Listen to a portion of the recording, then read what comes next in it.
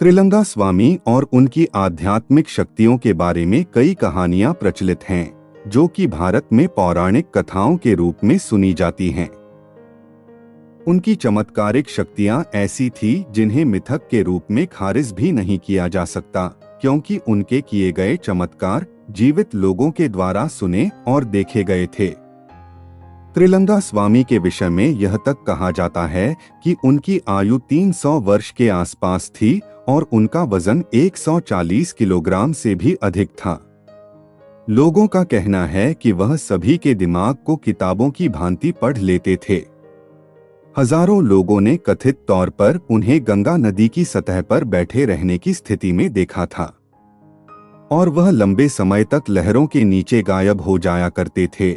शिवानंद सरस्वती ने उनके कुछ चमत्कारों का श्रेय सिद्धि या यौगिक शक्ति भुतज्य को दिया, जिसका मतलब 5 तत्वों पर विजय है। उनका कहना था, अग्नि ऐसे योगी को नहीं जलाएगी, जल उन्हें नहीं डुबोएगा। अनेक लोगों ने उन्हें गंगा के जल में उतरते देखा था। कई दिनों तक वे गंगा में जल के ऊपर बैठे रहते थे अथवा लंबे समय तक जल के नीचे छिपे रहते थे। वे गर्मी के दिनों में भी मध्याह्न समय मणिकर्णिका घाट के धूप से गर्म शिलाओं पर निश्चल बैठे रहते थे। इन चमत्कारों के द्वारा वे यह सिद्ध करना चाहते थे कि मनुष्य ईश्वर चैतन्य के द्वारा ही जीवित रहता है। मृत्यु उनका स्पर्श नहीं कर सकती थी। आध्यात्मिक क्षेत्र में तो त्रैलंग स्वामी तीव्र गति वाले थे। उनका शरीर भी बहुत विशाल था, किंतु वे भोजन यदाकदा ही करते थे। इस बात का भी प्रमाण मिलता है कि कई बार त्रिलंगा स्वामी को घातक जहर दिया गया था, जिसे उन्होंने बड़े ही साधारण रूप में ग्रहण कर लिया और उस घातक जहर ने उन पर कोई प्रभाव नहीं डाला। जिसका एक किस्सा सुनने में आता है, जिसके अनुसार एक बार एक संदेहवादी व्यक्ति उन्हें धोखाधड़ी के रूप में उजागर करना चाहता था, जिसके लिए उसने एक बाल्टी चूना घोलकर स्वामी जी के सामने रख दिया और उसे गाढ़ा दही बताया। स्वामी जी ने तो उसे पी लिया, किंतु कुछ ही देर बाद वह व्यक्ति पीड़ा से छटपटाने लगा और स्वामी जी से अपने प्राणों की रक्षा की भीख मांगने लगा।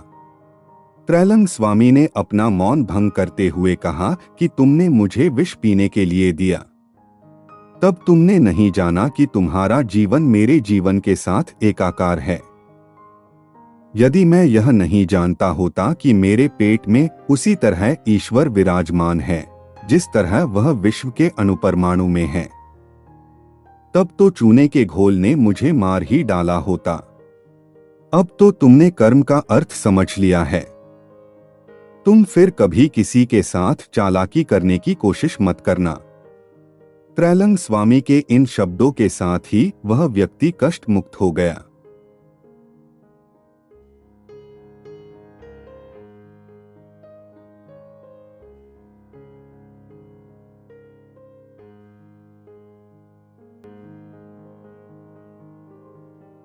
अगर आपको हमारी जानकारी सही लगी तो कमेंट में जय श्री राम लिखना न भूलें, ताकि हम इस प्रकार के और तथ्य लाते रहें और सनातन संस्कृति को विश्व में प्रचलित करें।